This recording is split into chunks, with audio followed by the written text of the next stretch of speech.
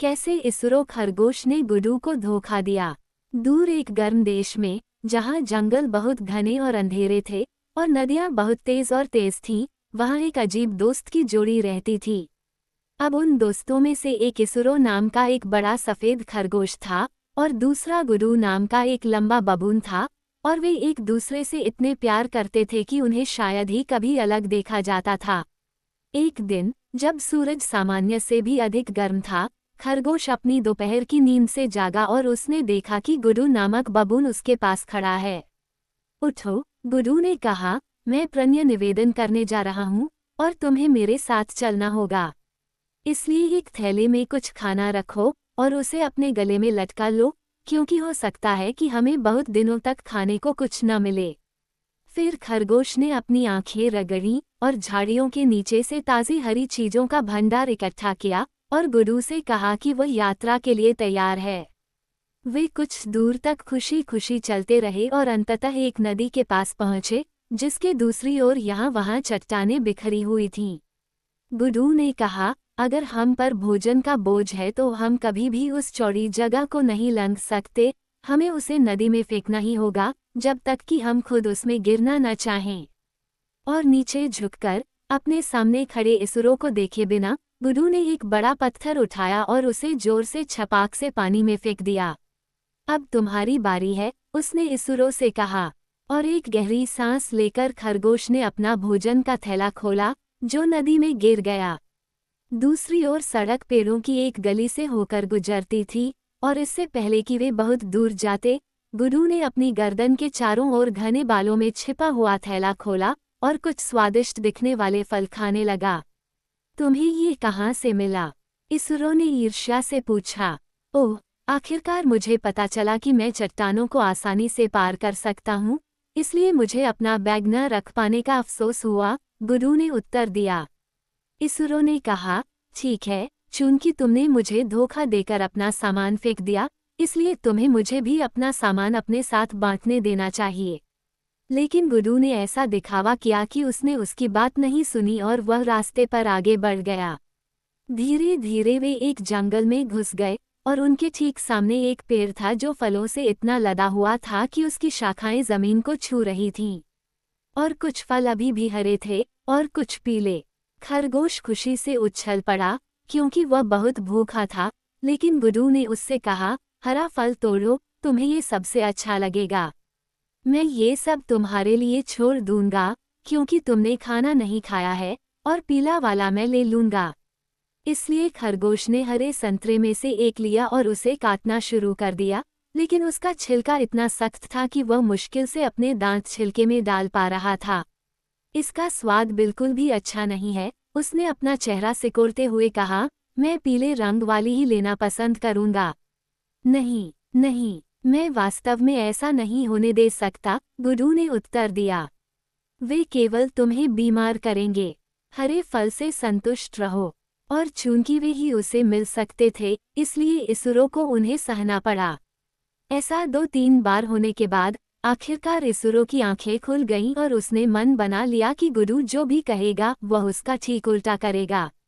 हालांकि इस समय तक वे उस गांव में पहुंच चुके थे जहां गुडू की होने वाली पत्नी रहती थी, और जब वे अंदर दाखिल हुए तो गुडू ने झाड़ियों के एक झुरमुट की ओर इशारा करते हुए इसरो से कहा, जब भी मैं खाना खा रहा हूं और तुम सुनो कि मैं चिल्ला रहा हूं कि मेरे खाने ने मुझे जला दिया है, तो तुम जितनी जल्दी हो सके भागो और उन पत्तियों में से कुछ इकट्ठा करो ताकि वे मेरे मुंह को ठीक कर सकें।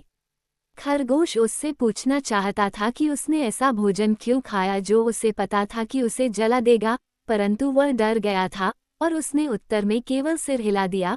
परंतु जब वे थोड़ा आगे चले गए तो उसने गुडू से कहा, मेरी सुई गिर गई है, तुम यहीं रुको, मैं जाकर उसे ले आता हूँ। तो जल्दी करो, गुडू ने पेड़ पर चढ़ते हुए उत्तर दिया। और खरगोश जल्दी से झाड़ियों की ओर लौटा और कुछ पत्ते इकट्ठा करके अपने फर के बीच छिपा लिए, क्योंकि उसने सोचा, अगर मैं उन्हें अभी पा लूंगा तो मैं खुद को इधर उधर घूमने की परेशानी से बचा लूंगा।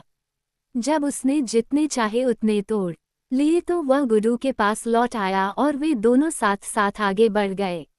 जब वे अपनी यात्रा के अंत तक पहुंचे तो सूरज लगभग ढलने लगा था और बहुत थके होने के कारण वे खुशी खुशी एक कुएं के पास बैठ गए। फिर गुरु की मंगेतर, जो उसका इंतजार कर रही थी, पानी का एक घड़ा लेकर आई, जिसे उसने सड़क की धूल को धोने के लिए उन पर डाला और 2 हिस्से खाने के लिए दिए। लेकिन एक बार फिर खरगोश की उम्मीदें धराशायी हो गईं, क्योंकि गुरु ने जल्दबाजी में कहा, गांव की परंपरा के अनुसार जब तक मैं खाना खत्म नहीं कर लेता तब तक तुम खाना नहीं खा सकते। और इसरो को नहीं पता था कि गुरु झूठ बोल रहा था और उसे बस और खाना चाहिए था। इसलिए वह भूख से देखता रहा और अपने दोस्त के भरपेट खाने का इंतजार करता रहा। थोड़ी देर में गुरु जोर से चिल्लाया, मैं जल गया हूँ, मैं जल गया हूँ। हालांकि वह बिल्कुल भी नहीं जला था। अब हालांकि इसरो के पास पत्तियां थीं, लेकिन उसने आखिरी समय में उन्हें दिखाने की हिम्मत नहीं की, कहीं ऐसा न हो कि बबून को पता चल जाए कि वह क्यों पीछे रह गया था। इसलिए वह बस थोड़ी देर के लिए एक कोने में चला गया और फिर बहुत जल्दी में वापस आ गया। लेकिन हालांकि वह तेज था, गुरु अभी भी तेज था और कुछ पानी की बूंदों के अलावा कुछ भी नहीं बचा था। तुम कितने बदकिस्मत हो, गुरु ने पत्ते छीनते हुए कहा, तुम्हारे जाते ही बहुत से लोग आ गए और जैसा कि तुम देख रहे हो, अपने हाथ धोए और तुम्हारा हिस्सा खा लिया। लेकिन हालांकि इसरो जानता था कि उस पर विश्वास करना ठीक नहीं है, उसने कुछ नहीं कहा और अपने जीवन में पहले से कहीं अधिक भूखा होकर सोने चला गया। अगली सुबह वे दूसरे गांव के लिए चल पड़े और रास्ते में एक बड़े बगीचे से गुजरे जहां लोग बंदर अखरोट इकट्ठा करने में व्यस्त थे। गुरु ने खाली सीपों के ढेर की ओर इशारा करते हुए कहा, आखिरकार तुम अच्छा नाश्ता कर सकते हो। लेकिन उसे इस बात पर कोई संदेह नहीं था कि इसरो उसे दिखाए गए हिस्से को विनम्रतापूर्वक ले लेगा और असली मेवे अपने लिए छोड़ देगा। लेकिन जब इसरो ने जवाब दिया तो उसे क्या आश्चर्य हुआ। धन्यवाद, मुझे लगता है कि मुझे ये पसंद करने चाहिए। और गुठली की ओर मुड़ते हुए, जब तक एक गुठली बची रही तब तक नहीं रुका। और सबसे बुरी बात ये थी कि इतने सारे लोगों के होने के कारण गुरु उससे गुठली नहीं ले सकता था। जब वे उस गांव में पहुंचे तो रात हो चुकी थी जहां गुरु के मंगेतर की मां रहती थी, जिसने उनके सामने मांस और बाजरे का दलिया रखा। गुरु ने कहा, मुझे लगता है कि तुमने मुझसे कहा था कि तुम्हें दलिया बहुत पसंद है। लेकिन इसरो ने उत्तर दिया, तुम मुझे कोई और समझ रहे हो, क्योंकि जब भी मुझे मांस मिलता है मैं उसे खा लेता हूँ। और फिर गुरु को दलिया से संतुष्ट होना पड़ा, जिससे वह घृणा करता था। हालांकि जब वह इसे खा रहा था तो अचानक उसके दिमाग में एक विचार आया और उसने आग के सामने लटके पानी के एक बड़े बर्तन को गिरा दिया और उसे पूरी तरह से बुझा दिया। अब चालाक प्राणी ने खुद से कहा, मैं अंधेरे में उसका मांस चुराने में सक्षम हो जाऊंगा। लेकिन खरगोश भी उतना ही चालाक हो गया था और एक कोने में खड़े होकर उसने मांस को अपने पीछे छिपा दिया ताकि बबून उसे न पा सके। ओ गुरु, वह जोर से हंसते हुए चिल्लाया, तुमने ही मुझे चतुर बनना सिखाया है। और घर के लोगों को बुलाकर उसने आग जलाने का आदेश दिया, क्योंकि गुरु उसके पास सोएगा, लेकिन वो कुछ दोस्तों के साथ दूसरी झोपड़ी में रात बिताएगा। अभी भी काफी अंधेरा था जब इसरो ने अपना नाम बहुत धीरे से पुकारा, और जब उसने अपनी आंखें खोली तो देखा कि गुरु उसके पास खड़ा है।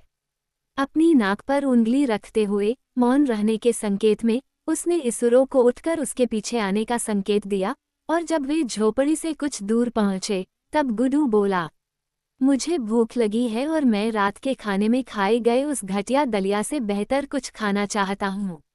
इसलिए मैं उन बकरियों में से एक को मारने जा रहा हूँ, और चूंकि तुम एक अच्छे रसोई हो इसलिए तुम्हें मेरे लिए मांस उबालना होगा। खरगोश ने सिर हिलाया और गुरु एक चट्टान के पीछे गायब हो गया, लेकिन जल्द ही मृत बकरी को अपने साथ घसीटते हुए वापस आ गया। फिर दोनों ने उसकी खाल उतारना शुरू किया, जिसके बाद उन्होंने खाल में सूखे पत्ते भर दिए ताकि कोई ये न समझे कि वह जीवित नहीं है, और उसे झाड़ियों के बीच में रख दिया, जिससे वह अपने पैरों पर मजबूती से खड़ा रहा। जब वह ऐसा कर रहा था, इसरो ने आग के लिए लकड़ियां इकट्ठी की, और जब आग जल गई तो गुरु एक बर्तन चुराने के लिए दूसरी झोपड़ी में गया, जिसमें उसने नदी से पानी भरा और जमीन में 2 शाखाएं लगाते हुए उन्होंने मांस के साथ बर्तन को आग पर लटका दिया। ये कम से कम 2 घंटे तक खाने लायक नहीं रहेगा, गुरु ने कहा, इसलिए हम दोनों झपकी ले सकते हैं। और वह जमीन पर लेट गया और गहरी नींद में सोने का नाटक करने लगा, लेकिन वास्तव में वह सिर्फ तब तक इंतजार कर रहा था जब तक कि वह सारा मांस अपने लिए सुरक्षित न हो जाए। जरूर मैंने उसे खर्राटे लेते सुना है, उसने सोचा, और वह चुपके से उस जगह पर गया जहां इसरो लकड़ी के ढेर पर लेटा हुआ था, लेकिन खरगोश की आंखें खुली हुई थीं। कितना थकाऊ है, गुरु ने बड़बड़ाते हुए कहा। जैसे ही वह अपनी जगह पर वापस गया और थोड़ी देर और इंतजार करने के बाद वह उठा और फिर से झांका, लेकिन फिर भी खरगोश की गुलाबी आंखें चौड़ी होकर घूर रही थीं। अगर गुरु को पता होता तो इसरो हर समय सोता रहता, लेकिन उसने कभी इसका अंदाजा नहीं लगाया और धीरे धीरे वह देखते देखते इतना थक गया कि वह खुद भी सो गया। कुछ ही देर बाद इसरो जाग गया और उसे भी भूख लगी, इसलिए वह धीरे से बर्तन के पास गया और सारा मांस खा गया, जबकि उसने हड्डियों को एक साथ बांधा और उन्हें गुरु के फर में लटका दिया। उसके बाद वह लकड़ी के ढेर में वापस चला गया और फिर से सो गया। सुबह गुरु की मंगेतर की माँ अपनी बकरियों का दूध दूहने के लिए बाहर आई और झाड़ियों के पास जाकर जहाँ सबसे बड़ी बकरी उलझी हुई दिख रही थी, उसे चाल का पता चल गया। उसने इतना विलाप किया कि गांव के लोग दौड़कर आ गए और गुरु और इसरो भी उछल पड़े और बाकी लोगों की तरह आश्चर्यचकित और दिलचस्पी दिखाने लगे। लेकिन वे आखिरकार दोषी लग रहे थे, क्योंकि अचानक एक बूढ़े आदमी ने उनकी ओर इशारा किया और चिल्लाया, वे चोर हैं। और उसकी आवाज सुनकर बड़ा गुरु कांप उठा। तुम्हारी हिम्मत कैसे हुई ऐसी बातें कहने की? मैं तुम्हें चुनौती देता हूँ कि तुम इसे साबित करके दिखाओ, इसरो ने हिम्मत से जवाब दिया। और वह आगे की ओर नाचता हुआ आया और सिर के बल मुड़ा और उन सबके सामने खुद को हिलाया। बूढ़ी ने कहा, मैंने जल्दबाजी में कहा, तुम निर्दोष हो, लेकिन अब बबून को भी ऐसा ही करने दो। और जब गुरु ने कूदना शुरू किया तो बकरी की हड्डियां खड़खड़ाने लगी और लोग चिल्लाने लगे, ये गुरु ही है जो बकरी को मार रहा है। लेकिन गुरु ने उत्तर दिया, नहीं, मैंने तुम्हारी बकरी नहीं मारी, यह इसरो था और उसने मांस खाया और हड्डियों को मेरे गले में लटका दिया, इसलिए उसे ही मरना चाहिए। और लोग एक दूसरे को देखने लगे, क्योंकि वे नहीं जानते थे कि किस बात पर विश्वास करें। आखिरकार एक आदमी ने कहा, उन दोनों को मरने दो, लेकिन वे अपनी मौत खुद चुन सकते हैं।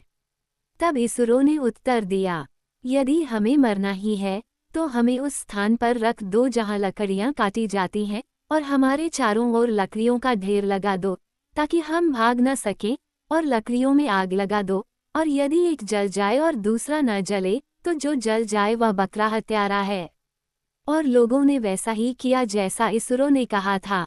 लेकिन इसरो को लकड़ी के ढेर के नीचे एक छेद के बारे में पता था, और जब आग जलाई गई तो वह छेद में भाग गया, लेकिन गुरु वहीं मर गया। जब आग बुझ गई और लकड़ियां जहां थीं वहां केवल राख रह गई, तो इसरो अपने बिल से बाहर आया और लोगों से कहा, देखो, क्या मैंने ठीक नहीं कहा? जिसने तुम्हारी बकरी को मारा है वह उन राख में है।